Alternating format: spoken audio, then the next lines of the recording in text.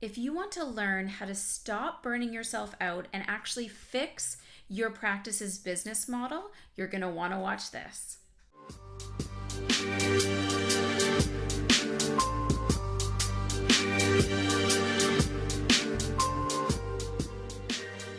So let's start from the very beginning. I'm sure, as you said, like as soon as we are out of school, basically the recipe for success as a naturopath is you start a practice, you see patients. Yeah. I would love to hear why for you that was not enough, why you needed to expand your reach, and why that was so important.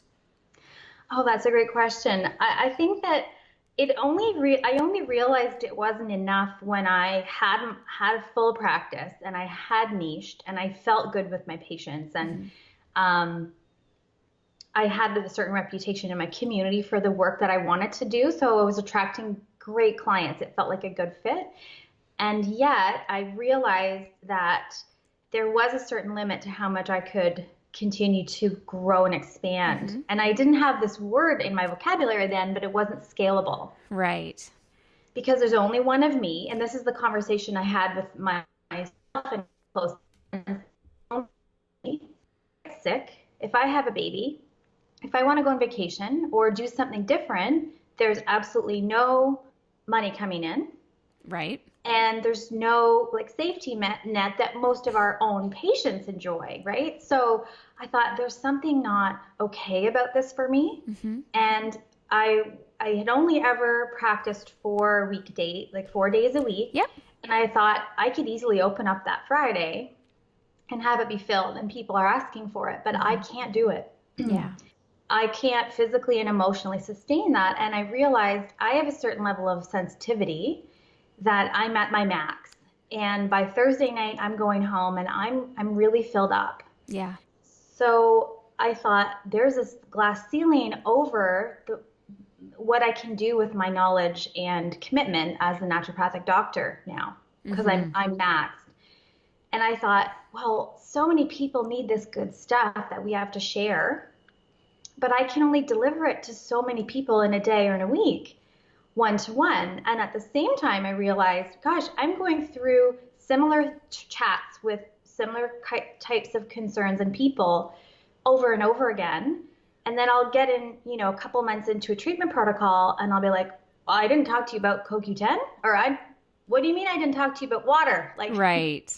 how much, you're only drinking a glass of water a day, right? So I realized there's a core curriculum Yes. of material or content or teaching that you would offer to clients within a niche. In my case, that was fertility, that they all need to be doing it. They all need to learn it. And it's the stuff that you can't do it for them. The stuff that you as their doctor can do is connect with them, coach them through a block, order blood work, interpret it with them, tweak their prescriptions, insert points. Right. And they need you for that. And the other stuff, they have to learn how to take care of themselves. And as naturopathic doctors, we are the best teachers for that in the entire planet, in my opinion. Yeah. And so I was looking for a way that I could have a way more impact and a little bit more freedom so that I could make sure that I was taking care of myself too. Of course. So how far along in your journey as a graduated naturopath was it when this started to evolve? Like how many years were you in practice, only seeing patients, and then you're like, okay, we got to start making some changes? It was about 4 years. Okay. Yeah. And what was the next step then? Because this is on everybody's mind, right? We all understand that when you are a one-person driven business and everything evolves around you, or revolves around you, I should say, it does become very limiting. And what I loved about what you've said so far is you figured out where your emotional endpoint was, which I completely resonate with, because I could do the same thing. I could open up more days. I could go back to working 6 days a week. But I've now become so appreciative of those 3 days off every week that it's the only way that I can recharge. And if I don't do that, then I'm not going to be very effective to anybody. But of course, you don't want the revenue to stop. So Yeah. you had this idea. You're like, okay, I want to get everybody on, let's say, a course curriculum or do something online. What were the next steps that you took? The next steps were that I connected with mentorship because I didn't know of anybody really doing it. Yeah.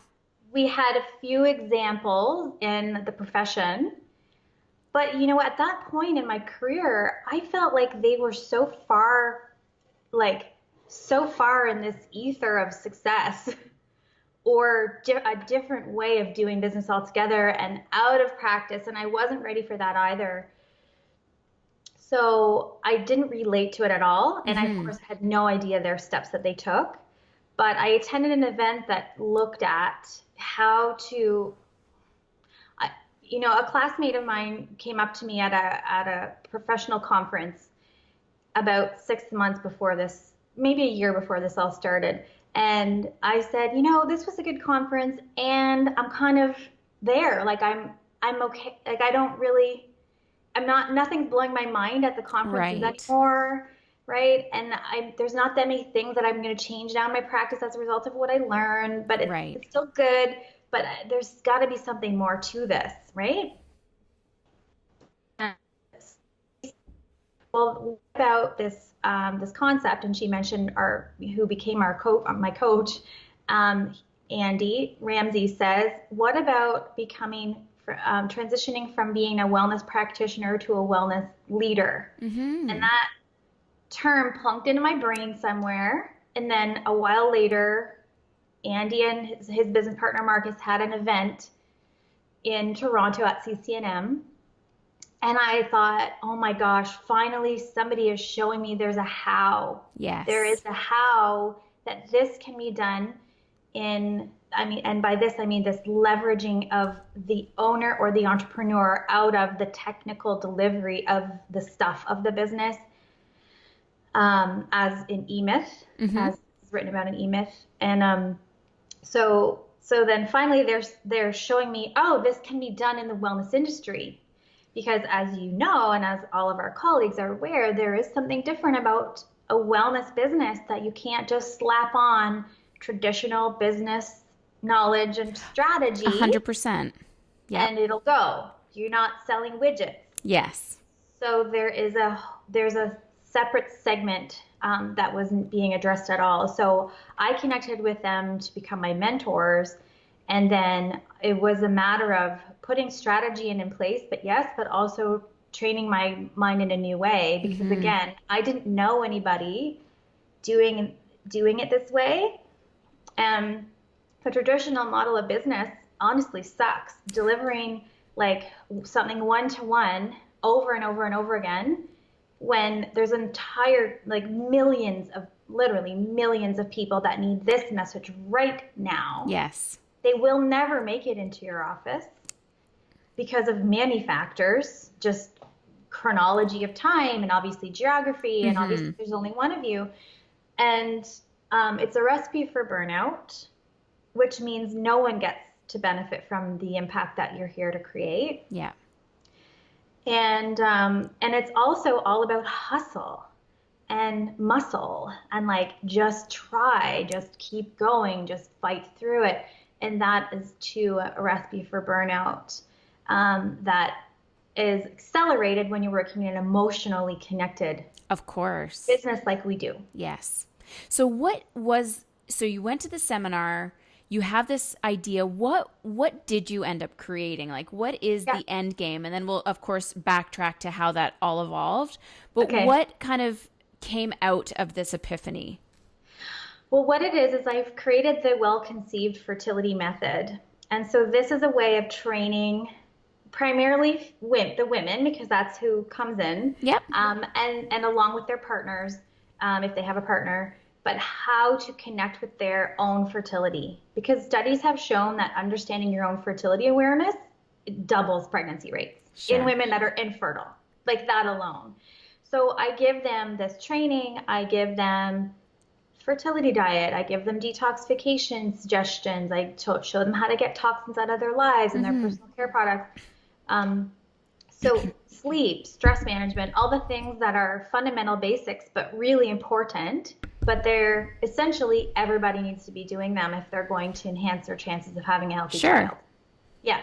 So I packaged that up, and that comes in a currently video-based program that they receive as part of their care package and care plan when working with us. Gotcha. Yes. So is this curriculum available to anybody, or is this more of an onboarding curriculum for new patients?